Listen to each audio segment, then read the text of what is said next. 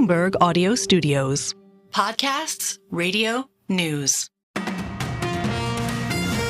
Good morning, I'm Nathan Hager. And I'm Karen Moscow. Here are the stories we're following today. We begin in the world of sports. The University of Connecticut is on top of the world. It is a UConn coronation. The Huskies make history. Back-to-back national champions. That call courtesy of TBS. The Huskies did win the NCAA men's title over fellow number one seed Purdue, 75-60. And UConn's not the only one we have to congratulate this morning. A special shout out to Whitney Wolfe Hurd, the founder and executive chair of Bumble, won the annual Bloomberg Brackets for a Cause with a score of 171, and her prize money will go to the charity of her choice, Baby to Baby. We will have much more on the big game in sports in a few minutes. All right, Nathan, well, we now turn to the economy, and former Federal Reserve policymaker James Bullard says his base case is 3 interest rate cuts this year. He cited successful policy and a strong economy, but said more data is still needed before multiple cuts. Some people are saying that the next report will lead to core PC being only 2.6% on a 12-month basis. So you're starting to get close enough. I think you have enough data in hand right now to justify the first rate cut, maybe not a whole string of rate cuts, but you could certainly justify the first rate cut now based on the data that they have. And former St. Louis Fed President James Bullard's outlook echoes the Fed's messaging on monetary policy this year, but contrasts with growing market expectations for fewer cuts. Hear the full conversation on the Bloomberg Talks podcast feed, available wherever you get your podcasts. Well, Karen, there are even some officials seeing the potential for no cuts at all this year. Among them, Minneapolis Fed President Neil Kashkari. My base case scenario is that inflation will continue to fall this year. And I jotted down in March that we would have 2 interest rate cuts, 25 basis points over the course of this year. So that was my base case scenario. Then I explained, if we don't see any progress on inflation and inflation moves sideways, then that would make me question, why would we cut interest rates? Minneapolis Fed President Neil Kashkari made those comments yesterday at an event at the University of Montana. While the market waits for rate cuts, Nathan, the whole country is going to have to wait another 21 years to witness what we saw yesterday. Millions from Texas to Maine were dazzled by a total solar eclipse. Just about everyone in North America got to see at least part of the sun blocked out. These people had a cleared view in Niagara Falls. It's so cool. It looks like a hole through the sky. Unbelievable. My aunt actually came here from California. So glad I said I'm going to come here, and it's absolutely changing. And I'm a science teacher, so it's my bucket list.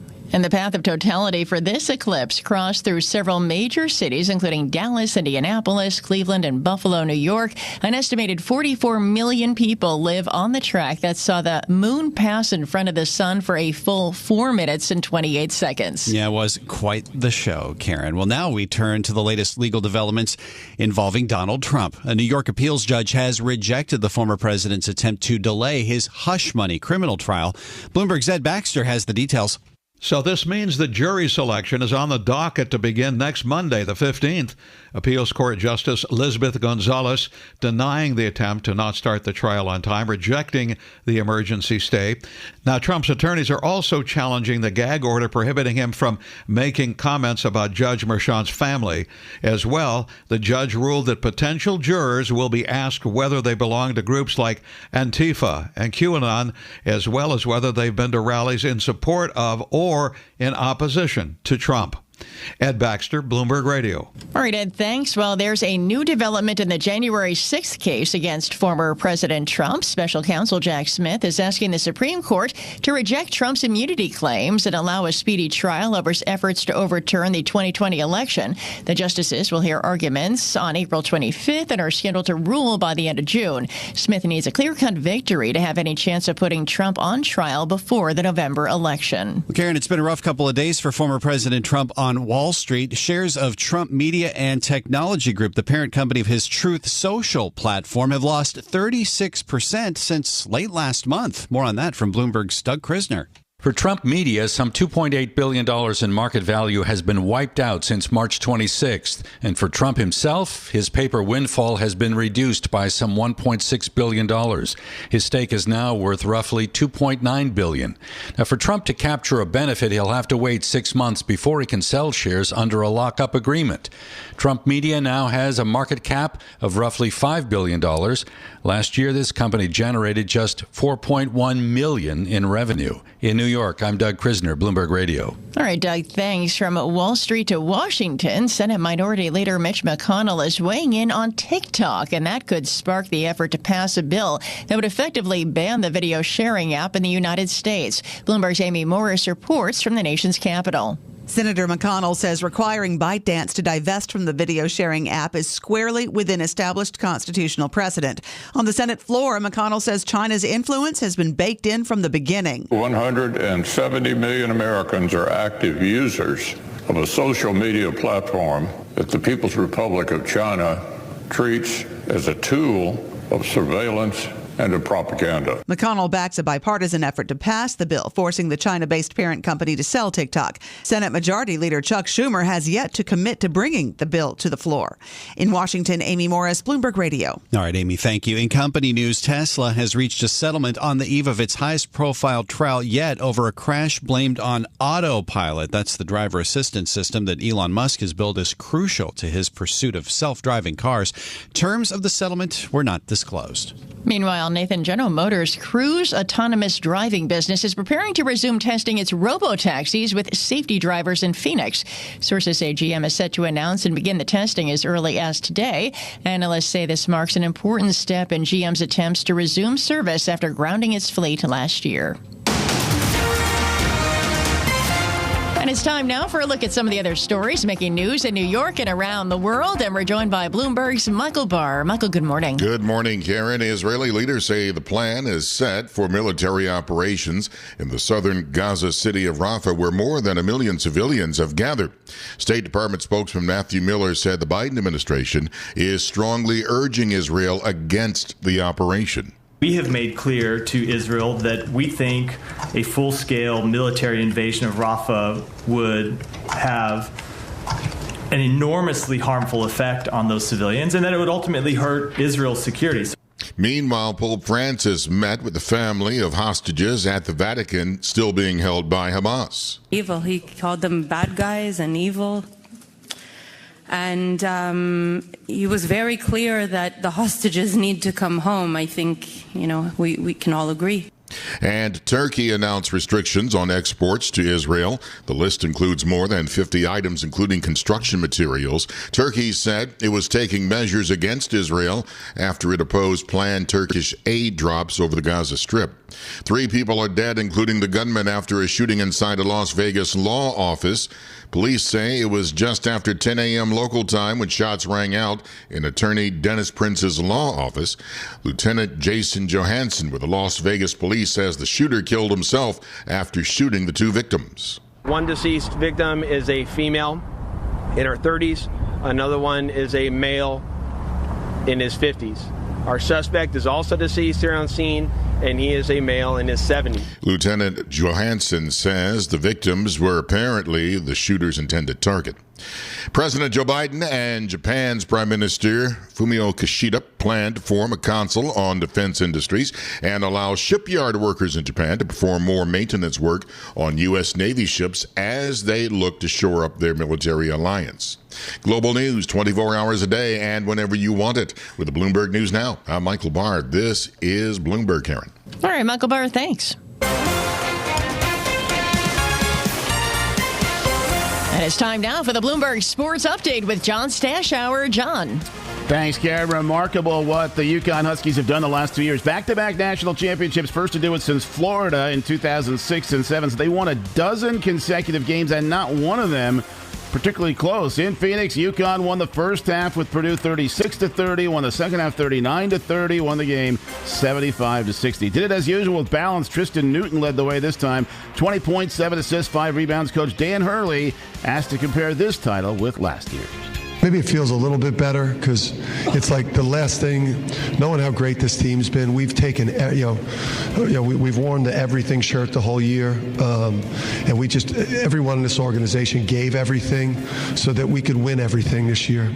Purdue had its best season in 44 years. Zach Edey's career ends, two-time National Player of the Year, and last night in defeat, he scored 37. We'll see what the ratings were, but overall viewership almost certainly not what the women got. 18.7 million tuned in for that South Carolina-Iowa game. In the last 5 years, only football and the Olympics have had more viewers. In Atlanta, they honored the late Henry Aaron. It was the 50th anniversary of his home run to break Babe Ruth's record. And then the Mets, Brandon Nimmo, made like Aaron, hit 2, had 4 hits, drove in 5. The Mets with a come-from-behind 8-7 win over the Braves.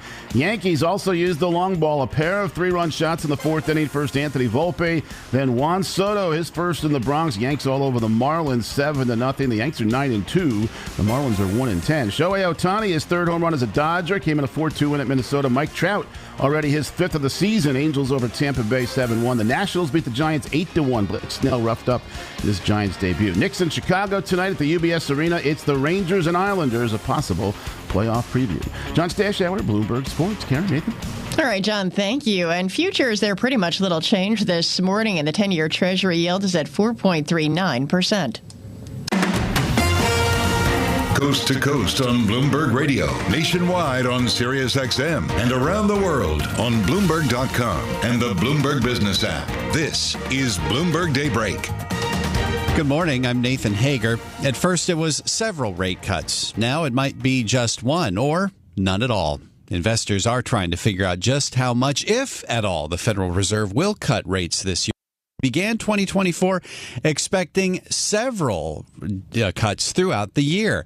Well, former St. Louis Fed President James Bullard says he still thinks we can see multiple cuts this year. He sat down with Bloomberg's Haslinda Amin on the sidelines of HSBC's Global Investment Summit in Hong Kong. Let's go now to part of that conversation.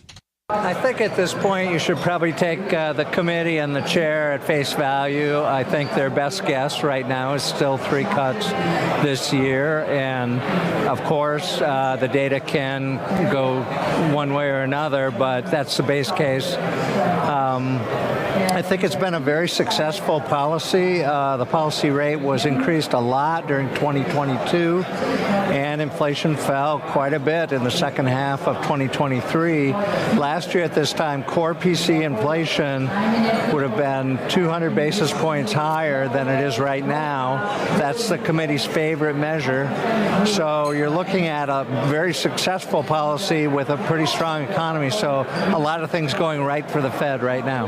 So Powell has been right so far? Yeah, I think he's been right so far, and the committee's been right so far to pursue an aggressive strategy to bring inflation back to target. Most of that was in 2022, and then you bore the fruit in 2023 and into 2024 here. We talk about how the Fed is data dependent. Powell himself says he is data dependent. What exactly does that mean, and which data in particular is he looking at, should be looking at? Yeah, I think right now I think it's mostly the inflation data, because on the real side of the economy, things are going very well, and you can argue about why, but they're going very well. The committee doesn't really have to worry about that side of the mandate right now. All they've got to worry about is getting inflation back to the 2% target. And they've come a long ways back already. It was 4.8%, now 2.8% core PC inflation on a 12-month basis. That means you've only got 0.8% to go. And some people are saying that the next report will lead to core PC being only 2.6% on a 12-month basis. So you're starting to get close enough. I think you have enough data in hand right now to justify the first rate cut. Maybe not a whole string of rate cuts, but you could certainly justify the first rate cut now based on the data that they have. We talk about how the U.S. economy is very strong. So would you say that the risk in the U.S. economy right now is inflation and not growth? Fair to say that? I think that's right, yeah. Why is the U.S. economy so resilient? I mean, not too long ago, we were expecting a recession, 100% or, priced in of a recession. Yet here we are with a very resilient economy. Yeah, last year at this time, you had the bank failure of Silicon Valley Bank and other banks, smaller banks around the country. 2023, that was overinterpreted to mean that the U.S. was going into recession. I don't think it was ever a good story to tell because, yes, their banks failed, but they're only a small fragment of the total banking and the total intermediation sector in the U.S. economy. So I think that card was overplayed, and not only did the U.S. not go into recession in the second half of 2023, but the economy actually boomed in the second half of 2023. So you really got a very strong outcome, and that has continued into the first part of 2024 here, although I would say we're going to be closer to the trend growth rate now, not way above trend the way we were during the last 6 months of 2023. Some people talk about the U.S. economy being a two-track economy. What's the risk in that? What do you mean by two-track? Like, there's some parts of the economy that's actually very weak. Yeah.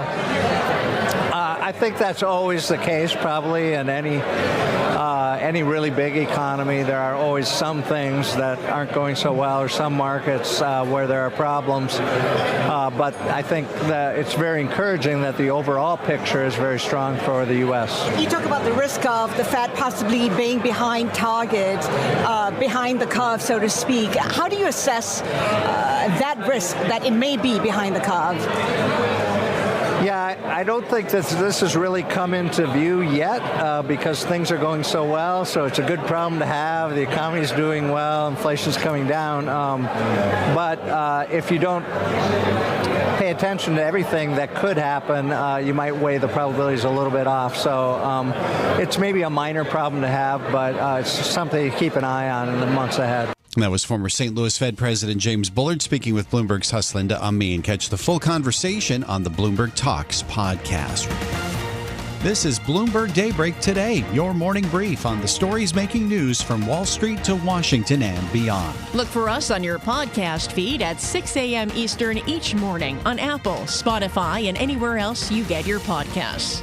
You can also listen live each morning starting at 5 a.m. Wall Street time on Bloomberg 1130 in New York, Bloomberg 99.1 in Washington, Bloomberg 106.1 in Boston, and Bloomberg 960 in San Francisco. Our flagship New York station is also available on your Amazon Alexa devices.